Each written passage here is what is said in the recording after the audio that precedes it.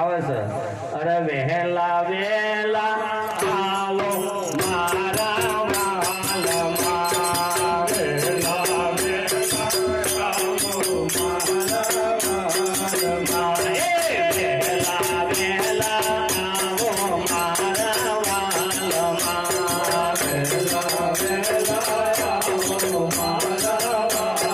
મારા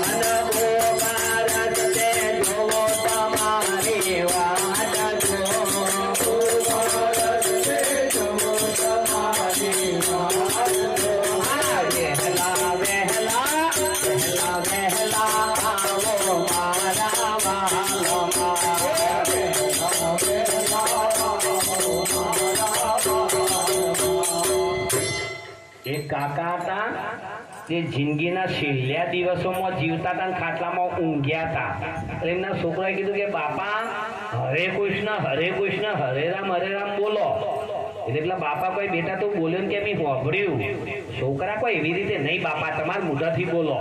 એટલે બાપા કોઈ રવા દે કે બેટા આખી જિંદગી નહીં બોલ્યો અને થોડા માટે મોઢું બગાડવું, બોલાનું ભગવાનનું નામ દે તો મોઢું બગડી જાય છે. એમ તમે બધા થાળના પાછળ બરોબર બોલાવતો નહીં, બધા બેહી રહ્યો છો ને એટલે મને એવું જ લાગે છે તમારે બધા મોઢું. એટલે સમજી જજો હું કહેવા માંગુ છું, બધા બોલાવજો. અરે વહેલા વેલા આવો મારા વાલમાં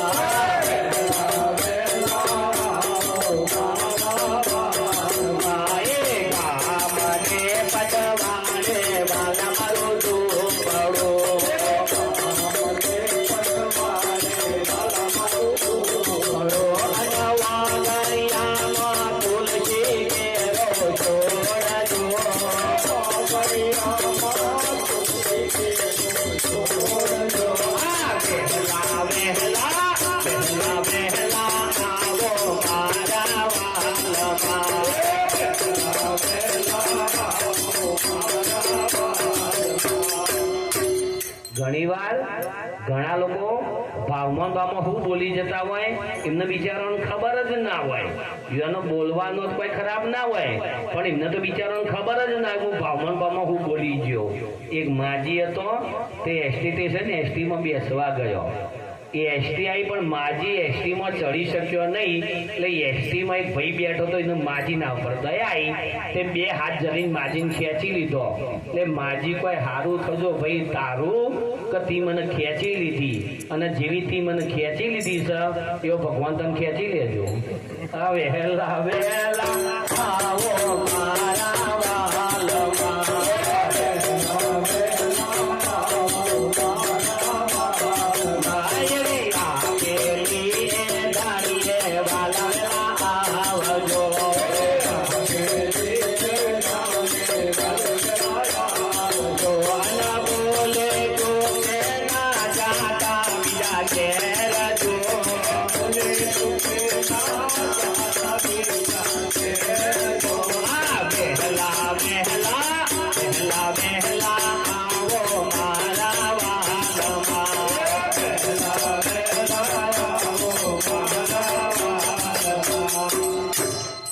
એક છોકરાનો અને છોડીનો લગ્નની વિધિ પતી જઈ પછી બે જણો ખુરશીમાં બેઠા હતો. એટલે ગોર મહારાજ હતા ને તે શિખોમણ આપવા માંડ્યા. એટલે પેલા છોકરાને કહેવા માંડે કે જો ભાઈ આજથી આ સોડી અંગાથી તારો લગ્ન થયો છે ને તે આજથી આ સોડી છે ને એના પિયરનું બધું સુખ છોડીને તારા અંગાથી તારા ઘેર આવશે. એટલે એનાથી નવા નવી કોઈ ભૂલ થાય તો તું એને શણકા બણકા કરતો નહીં અને વ્યવસ્થિત વાત કરજે અને એના પિયરની યાદ ના આવે એવી રીતે ક્યાં તું હાચવીને રાખજે. પેલો છોકરો કે હારું ગોર મહારાજ. પછી ગોર મહારાજ પેલી સોડીને શીખવામણ આપવા માંડ્યા કે જો ગુણ આજથી આ છોકરા અંગાથી તારો લગ્ન થયો છે ને એટલે આજથી આ તારો પતિ છે ને એ તારો પરમેશ્વર. એ કે એ જેટલું કે ને એટલું તારા કરવાનું, એનો હોમાં જવાબ આપવાના નહીં અને એના પગલે પગલે તારે ચાલવાનું. એટલે પેલી સોળી હતી ને તે એકદમ ઊભી થઈ જઈ અને કહેવા માંડી કે મહારાજ તમારી બધી વાત સાચી પણ કે પગલે પગલે ચાલવાનું તો કે આજે નહીં બને કાલે નહીં બને. કે ચમ અરે કે વાયરમેન છે થોભલા ચડો છે. હું ચીડી થી જો થોભલા ચડું કે અરે વહેલા વહેલા આવો મારા વાલમાં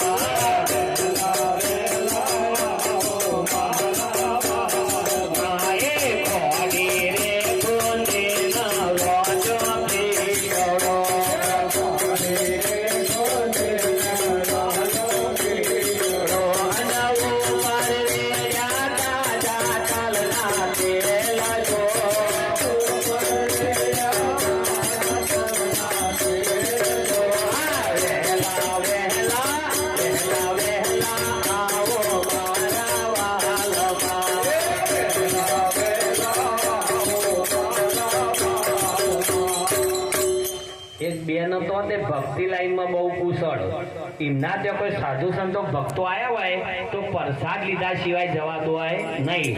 પણ આ બેન આજીવિકાનું સાધન નહીં એટલે પૈસે ટકે પહોંચી વળવા ના મળ્યો એટલે આ બેનને જીવન ઉપર કંટાળો આવ્યો કે લાગતો કે પાણીનું બેડું લઈને કૂવા જવું અને કૂવામાં ફરી આ શરીર છોડી દઉં. ત્યાં બેન હતો તે પાણીનું બેડું લઈને કૂવા ગયો એટલે ત્યાં એક મહાત્મા આવ્યા. મહાત્મા આવીને કીધું બેન પાણી પીવડાવવાનું. ત્યાં બેનને પાણી પીવડાવ્યું. પાણી પીધા પછી પેલા મહાત્મા બોલ્યા કે બેન મારે ભોજન લેવું છે ને. પેલી બોન કે આટલા માટે તો કુવામાં પડવા આવીશું તમારે વળી ભોજન લેવું છે. તો એ વળી ભક્તિવન બઈ હતી. ભક્તિવન બઈ હતી તે મહાત્માને લઈને ઘેર આવીને પાડોશમાંથી લોટ ઉછીનો લાવીને રસોઈ બનાવીને મહાત્માને જમાડ્યા. હવે બન્યું કેવું કે આ મહાત્માને જમીન નીકળવાનો રસ્તો તો રસ્તામાં એક હોંબેલું પડ્યું હતું. ત્યાં મહાત્મા હતા તે હોંબેલું ઓળંગીને નીકળ્યા અને બેન જોપા સુધી મૂકીને ઘેર પાછી આવી અને આવીને જોયું તો હોંબેલું આખું હોનાનું થઈ ગયેલું. એટલે પેલા બેનને વિચાર કર્યો કે મોનો કે ના મોનો કે સંતના સ્વરૂપમાં સાક્ષાત પરમાત્મા મારા ઘેર આયા લાગ્યું છે કે તો જ કે આ હોંબેલું હોનાનું થાય.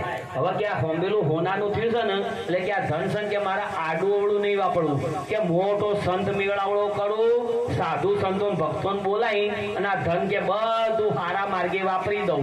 એટલે પેલી પાડોશી બુનને ખબર પડી કે હમણાં તો મારા ઘેરથી લોટ ઉછીનો લઈ જઈશ અને હવે કે મોટો સંત મેળાવડો કરવાની વાત કરે છે કે મારા લોટમાં તો કોઈ જીવ નહીં ને તે પૂછવાય બુન મારા લોટમાં તો કશું આવ્યું નહીં ને કે ના તારા લોટમાં કશું નહીં આવ્યું પણ આ પ્રતાપ તારા લોટનો છે કે કેવી રીતે કે તારા ત્યાંથી લોટ ઉછીનો લાઈન કે મેં રસોઈ બનાવીને મહાત્માને જમાડ્યા અને મહાત્માને જમીન નીકળવાનો રસ્તો હતો અને રસ્તામાં હોંબેલું પડ્યું હતું ને એ હોંબેલું કે હોનાનું થઈ ગયું. એટલે પેલો પાડોશી બુન કહે કે તાર હવે આપણે ભક્તિ શરૂ કરો. ત્યાં પાડોશી બુનને 2 દાડા ઘેર ભક્તિ કરી પછી કે લાશ તો પાણીનું બેવ લઈને કે હું કુવા જાઉં. ત્યાં પાડોશી બુન હતો તે પાણીનું બેવ લઈને કુવા ગયો એટલે શેઠે મહારાજ જતા છે ભગવદારી કપડા પહેરીને તે બૂમ પાડીને બોલાય કે મહારાજ ઓમાવો. તે મહારાજને બોલાવીને કે લો મહારાજ પાણી પીવા. તે મહારાજને પાણી પીવડાવ્યું. પાણી પીવડાવ્યા પછી પેલા મહારાજને પેલા બેનને પૂછ્યું કે મહારાજ તમારે ભોજન લેવું છે. પેલા મહારાજે ખાવાના હવાજમાં તો ઘર છોડ્યું તું ભગવા પહેર્યો તો ના પાડે કે હો કે બુન ભોજન લેવું છે ને કે હડો તને કે મારા ઘેર. ત્યાં બુન હતી તે મહારાજને લઈને ઘેર આવી. હવે પાડોશી બુને શું કર્યું રસોઈ બનાવીને મહારાજને જમવા બેહાર્યા. એક હોંબેલું એના ઘરમાં હતું અને બીજું પાડોશીનું લઈ આવી. રસ્તામાં 2 અટકાવી દીધો. હવે પેલા મહારાજ હતા ને તે હોંબેલો ઓળંગી નીકળ્યા. પાડોશી બુન જોપા સુધી મૂકીને ઘેર પાછી આવી પણ એક હોંબેલું હોનાનું થયું ના. વળી પાછી આ પાડોશી બુન તો જોપો પોકીને કહેવા માંડી કે મહારાજ પાછા આવો પાછા. તે મહારાજના મનમાં કે દક્ષિણા આવી છે એટલે બોલાવતો હશે. તે મહારાજે દક્ષિણાના હવાજમાં પાછા આવ્યા. તે બુન ઘરમાં લઈ જઈને કહેવા માંડી કે મહારાજ જોવા કે અમારા પાડોશમાં કે મહાત્મા આવ્યા હતા ને તે કે હોંબેલું હોનાનું કરીને ગયા હતા.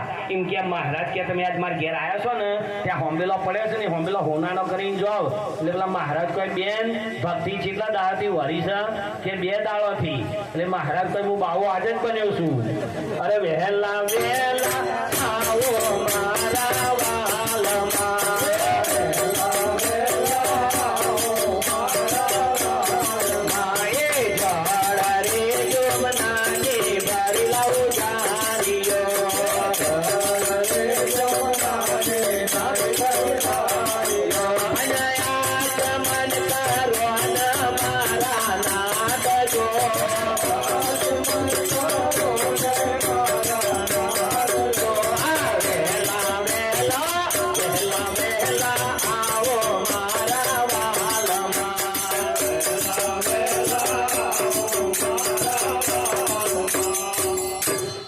એક માજી હતો તે લાકડીના ટેકે જતો હતો અને આગળ જતો હનુમાનજીનું મંદિર આવ્યું.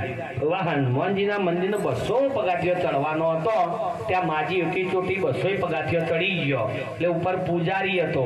તે પૂજારી કે માજી જોવાન કે હનુમાન દાદા કે તમને કેટલી બધી તાકાત આપી તે કે તમે એકી ચોટી 200 પગાથિયો ચડી ગયો. એટલે માજી કે મુઓ તારો હનુમાન અને મુઓ તું. આ તો કે મને પાડો વહી પડ્યો તો કે ચડી જઈ હું મને ઉતારે તું. અરે વહેલા આવો મારા વાલમાં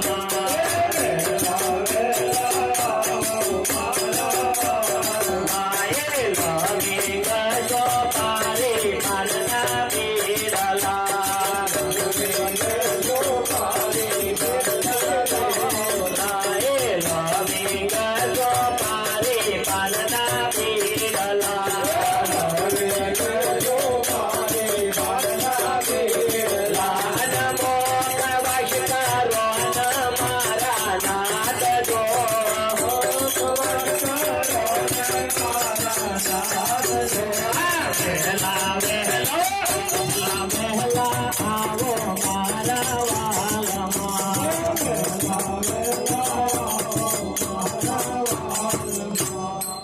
એક કાકા હતા તે દાઢી કરાવવા જતા હતા એટલે એના જોડે એના છોકરાને લેતા ગયા અને નાઈભાઈ દુકાન જઈને કીધું કે ભાઈ કોઈ સર નહીં એટલે નાઈભાઈ કે હું સુન કાકા શું કામ છે કે દાઢી કરવાની છે હા તો કે બેસજો દાઢી કરી દઉં તે પેલા કાકાએ કીધું કે બીજો ભાઈ નહીં કે એના છોકરાને વાળે કાપવાના છે હા તો કે બીજો ભાઈ છે અંદર કે બોલાવું તે અંદરથી બીજા ભાઈને બોલાયો હવે ભાઈને કાકાની દાઢી શરૂ કરી અને એક ભાઈને નાના છોકરાને વાળ કાપવાનું શરૂ કર્યા પણ સામાન્ય છે કે દાઢી જલ્દી પતી જાય વાળ કાપતા વાર લાગે તે કાકાની દાઢી પતી જઈ એટલે કાકાએ પેલા નાઈ ભાઈને કીધું કે ભાઈ તું આ નાના છોકરાને વાળ કાપ કે હું 5 મિનિટમાં પોન ખાઈને આવું છું તે કાકા હતા તે પોન ખાવા ગયા હવે 5 મિનિટ થઈ 10 મિનિટ થઈ અડધો કલાક થયો કલાક થયો પણ પેલા કાકા ના આયા એટલે પેલા નાઈ ભાઈ પેલા છોકરાને પૂછ્યું કે તાર બાપો કેટલા બધા પોન ખાવા ગયા કે હજુ સુધી કે ના આયા એટલે પેલું છોકરું કે મારા બાપા નહીં કારણ કે કોણ હતું અરે કે હું તો રસ્તામાં એક બાજુ ઉભો તો મને કે મફતમાં વાળ કપાવા હોય તો પેલા નાઈ ભાઈ મનમાં ખેડો પછી 50 રૂપિયા નુકસાન આવ્યું હતું પણ આ નાઈ ભાઈ ખબર નથી કે આગળ શું વલા થશે પેલું નેનું છોકરું વાળ કપાઈને ઘેર ગયું એટલે એની માં કે હા કે તમારે વાળ કપાઈને આપ્યો એ તો કે પેલા દુકાન વાળા કાપ્યા કે હે લઈ જજે મને જે દુકાન વાળો હતો તેને માને લઈને દુકાન આવ્યો નાઈ ભાઈની અને નાઈ ભાઈ ઉભા હતા હાથ લોબો કરીને બતાવ્યો કે પેલા ભાઈ ઉભા નહીં કે મારા વાળ કાપ્યા એટલે પેલા છોકરાને માએ પેલા નાઈ ભાઈને પૂછ્યું કે ભાઈ આ નાના છોકરાને વાળ કે તમે કાપ્યા એટલે પેલા નાઈ ભાઈ કોઈ બોન કે અમાર તો કે જબરું થયું છે પેલી બોન કે તારું જબરું જ્યું તેલ લેવા કે મારા છોકરાને ત્યાં બાધા હતી બાબરી હતી કે 5000 નો ખર્ચો હતો કે લાય વહેલા વહેલા આવો મારા વાલામાં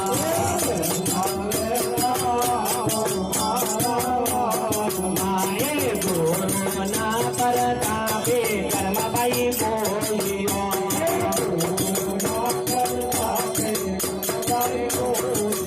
અને પ્રેમે જમન મારા નાથ જો પ્રેમે જમન મારા નાથ જો વહેલા વહેલા આવો મારા વાલમાં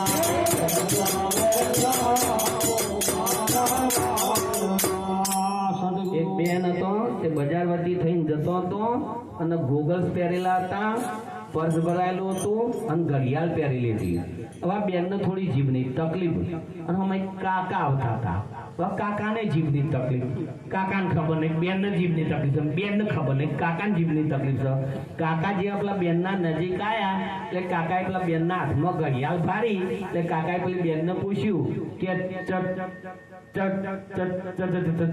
કેટલા વાગ્યા એટલે પેલા બેન કોઈ મમ મમ મમ મમ મત કરી ચમ કરો હો પેલા કાકા કોઈ